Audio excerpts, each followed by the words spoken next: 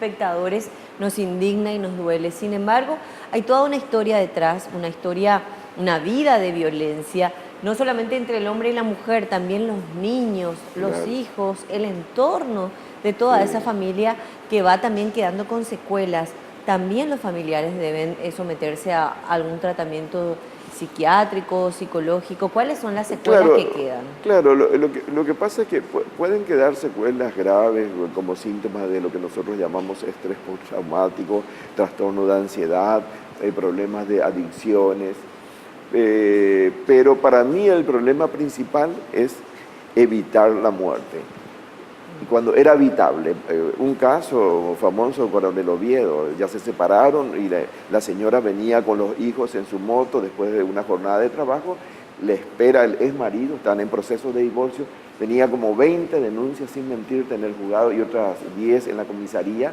Para más, hay profesionales para mí inescrupulosos, por ejemplo, un defensor del agresor que dice que todo era mentira y solicita que se restrinjan las medidas porque todo lo que dijo la señora era mentira. No, era totalmente cierto. Y cuando va Ajá. un trabajador social, A corroborar. después del crimen, corrobora que realmente un señor súper violento, todo el tiempo se pasaba disparando, amenazando, armando desastre en el vecindario. Y termina con un crimen.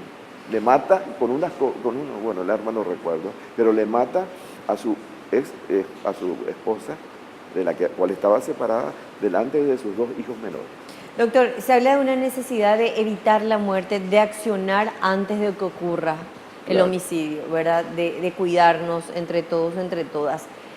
¿Cómo hacen las mujeres en una situación de violencia para tomar la decisión y pedir ayuda? Hoy estamos hablando de un servicio que brinda el Ministerio de la Mujer, un servicio acompañado también de resguardo para ellas y sus hijos. Pero ¿cuál es el proceso que también debe seguir la mujer en medio de esa situación de inseguridad económica en muchos casos, de no saber cómo va a salir de la casa con los hijos, cómo va a sobrevivir, porque estamos hablando incluso de mujeres que dependen del salario del marido que la maltrata y que la viene maltratando desde hace años?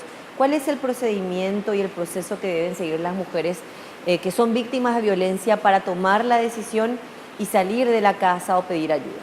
Mira, yo creo que tu pregunta traspasa un poco lo que yo pueda contestar, en el sentido de que si hay pobreza, si no tiene otro remedio que depender de una persona que es violenta, alcohólica, bueno, no sé, creo que tendría que haber algún organismo de soporte, de apoyo, no veo otra forma. Claro.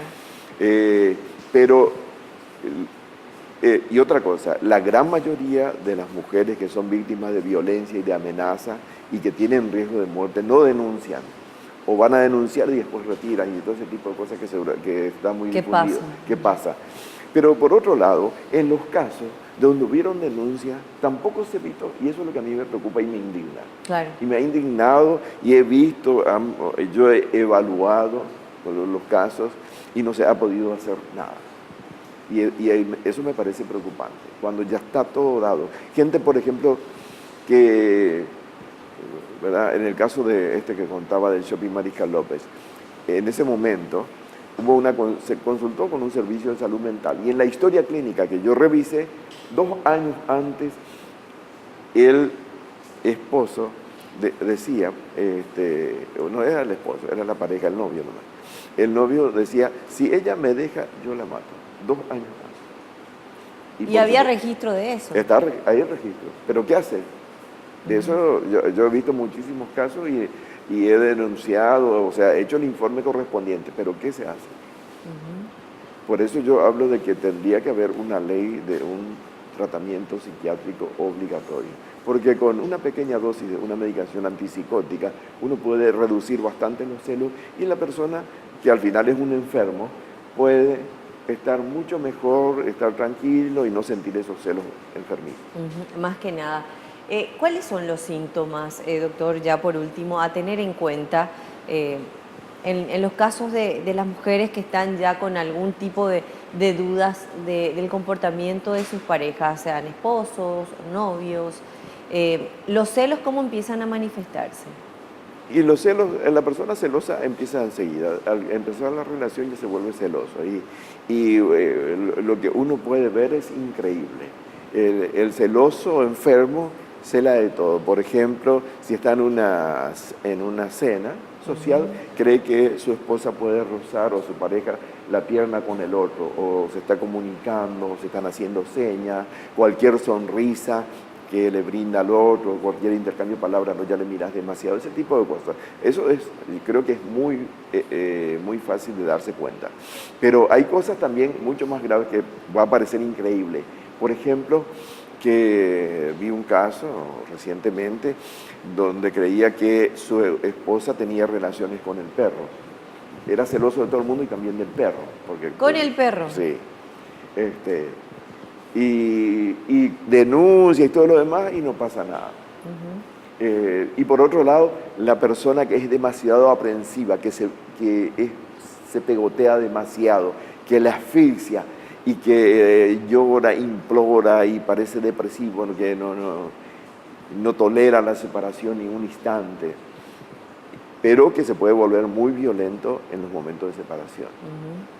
Entonces, a tener cuidado con estos síntomas. Sí, con esos dos tipos de personajes que para mí necesitan ayuda. Y estoy seguro que con eso vamos a evitar las muertes. Bueno, y estamos hablando más que nada también de esta propuesta, doctor, de modificar la ley, ¿verdad? La ley. Hacer algún agregado en alguna parte. Hay un proyecto de ley ahora mismo, yo también estudio en el Congreso Nacional, precisamente para tratar de tener en cuenta también estos aspectos desde lo que significa más que nada también qué es lo que pasa con el agresor, ¿verdad? Claro. El agresor que aún no es homicida, pero está en riesgo de cometer un homicidio. Claro. Prevenir más que nada. Claro, pero además, supónganse que aumente la pena a 100 años.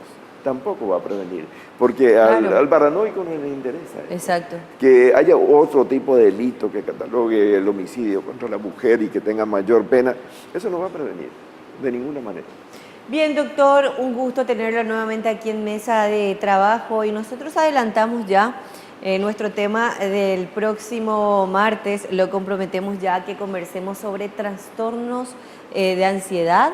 Llegamos ya también a fin de año, algo que quizás asfixie, como usted ya decía, o tormente a algunas personas, es precisamente la culminación del año, todo lo que eso implica en el entorno familiar, socialmente, los niveles de consumo que se dan también en estos días, así que adelantamos ese tema para el próximo martes. Bueno, muchas gracias, quedamos así. Doctor, gracias por acompañarnos. Muchas gracias. Un gusto tenerlo aquí como siempre al doctor José Vera, psiquiatra forense, compartiendo con nosotros aquí en Paraguay Noticias también estas reflexiones y la propuesta que él ya nos compartía de tener más que nada también una alternativa de tratamiento psiquiátrico para los agresores en los casos de violencia contra la mujer. Nosotros también desde aquí nos sumamos y decimos no más violencia contra las mujeres en todo el mundo. Vamos a una breve pausa, en instantes seguimos informando aquí en Paraguay Noticias.